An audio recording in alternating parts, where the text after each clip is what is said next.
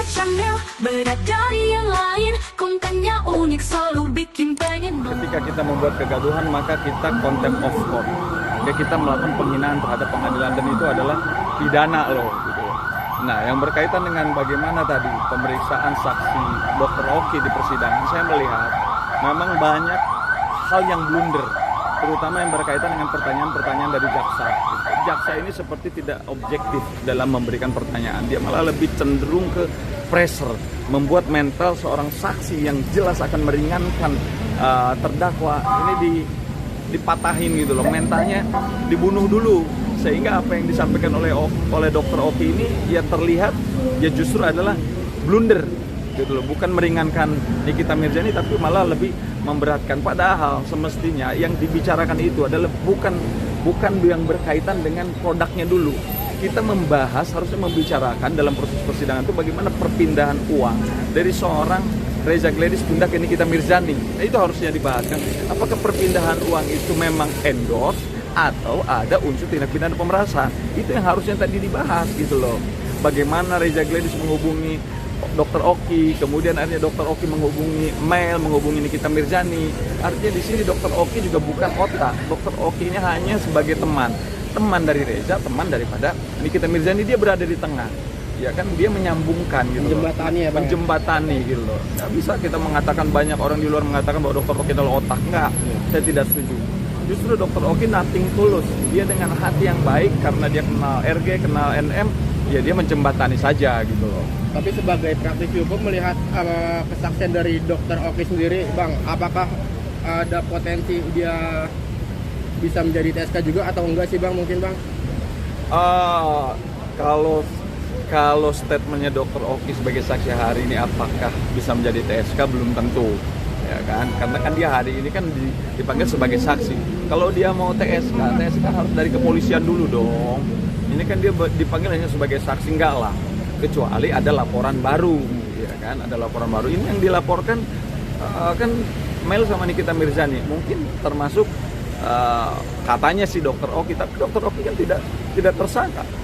Jadi ya mana bisa tiba-tiba Dr. Oki menjadi seorang terdakwa? Terlalu mimpi lah itu gitu. Ada prosesnya. Ini adalah negara hukum. Negara hukum itu kan tujuannya kan jelas, kepastian, keadilan. Nggak mungkin ujuk-ujuk hakim yang sudah berterima kasih terhadap Dr. Oki, jaksa yang sudah terima kasih sama Dr. Oki, menjadi saksi untuk membuat suasana menjadi terang benderang, mau menterdakwakan Dr. Oki. Nggak ada rumusnya lah itu. Oke. Sebagai praktisi hukum nih, Bang, seberapa besar sih, Bang, mungkin, Bang, Nikita Mirzani memenangkan kasus ini, Bang? Mungkin, Bang, apakah ada potensinya atau tidak?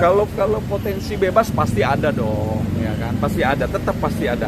Karena kan ini kan saksi kan kita belum selesai, masih panjang proses perjalanannya gitu.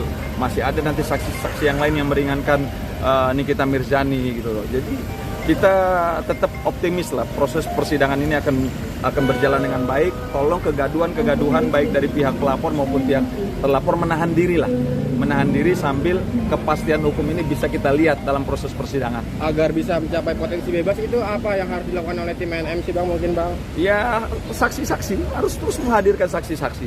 Ya, saksi yang betul-betul mengetahui tentang bagaimana pemindahan uang dari RG kepada NM itu, bahwa itu adalah bentuknya bukan pemerasan, itu adalah memang murni ya dikasih sebagai bentuk endorse, sebagai bentuk, ya tahu sendirilah dunia entertain kan, seorang Nikita Mirzani adalah orang public figure yang punya nama besar, nggak mungkin ujuk-ujuk dia mau say thanks begitu aja, pasti kan ada sesuatu yang dibayar lah.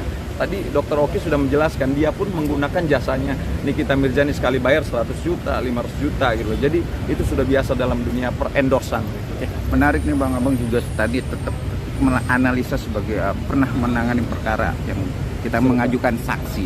Nah, saksi itu juga Oki juga bertata-tata dengan kesaksian dia, karena jaksa penuntut umum itu terlalu ada dugaan penekanan dengan perkara yang tidak masuk substansinya. Abang juga bisa melihat itu juga. Betul, justru itu dia.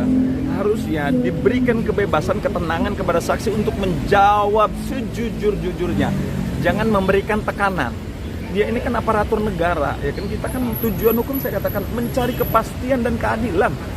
Keadilan buat siapa? Buat pelapor dan buat terlapor. Dua-duanya di sini lagi dicari gitu loh. Kalau pelapor merasa dirinya diperas, kalau terlapor merasa dirinya terzolimi dengan dia duduk di kursi pesakitan. Jadi kita mau cari tahu di depan hakim yang mulia, 3 orang hakim. Saya yakin hakim punya suara hati dan hati nurani dengan betul-betul tulus mau menegakkan keadilan, ya kan? Jadi tolonglah, dia bertanya dengan santun, dengan baik, jangan ada penekanan karena tidak semua orang bisa duduk di kursi situ loh. Mental orang tuh berubah, kita gagah di luar. Ketika duduk di situ sudah mental tuh berubah. Jadi tolonglah dijaga bahasa bagaimana memberikan pertanyaan, ya kan? Ya walaupun jaksa penuntut umum mewakili pemerintah dalam konteks ini adalah menindaklanjuti apa yang sudah dibuat oleh kepolisian. Tapi ya, tetaplah kita harus punya rasa, ya kan? Karena di sini kita mau mencari kebenaran material, kebenaran yang sesungguhnya. Ada salah satu asas hukum yang disebut dengan in criminalibus probatien beden esse lucae clarius. Ya kan? Jadi bukti itu harus lebih terang daripada cahaya. Biarkanlah para saksi ini membuktikan dengan seterang-terangnya. Ya kan? Jangan diintervensi, jangan dilakukan tekanan supaya apa? Ini lebih fair.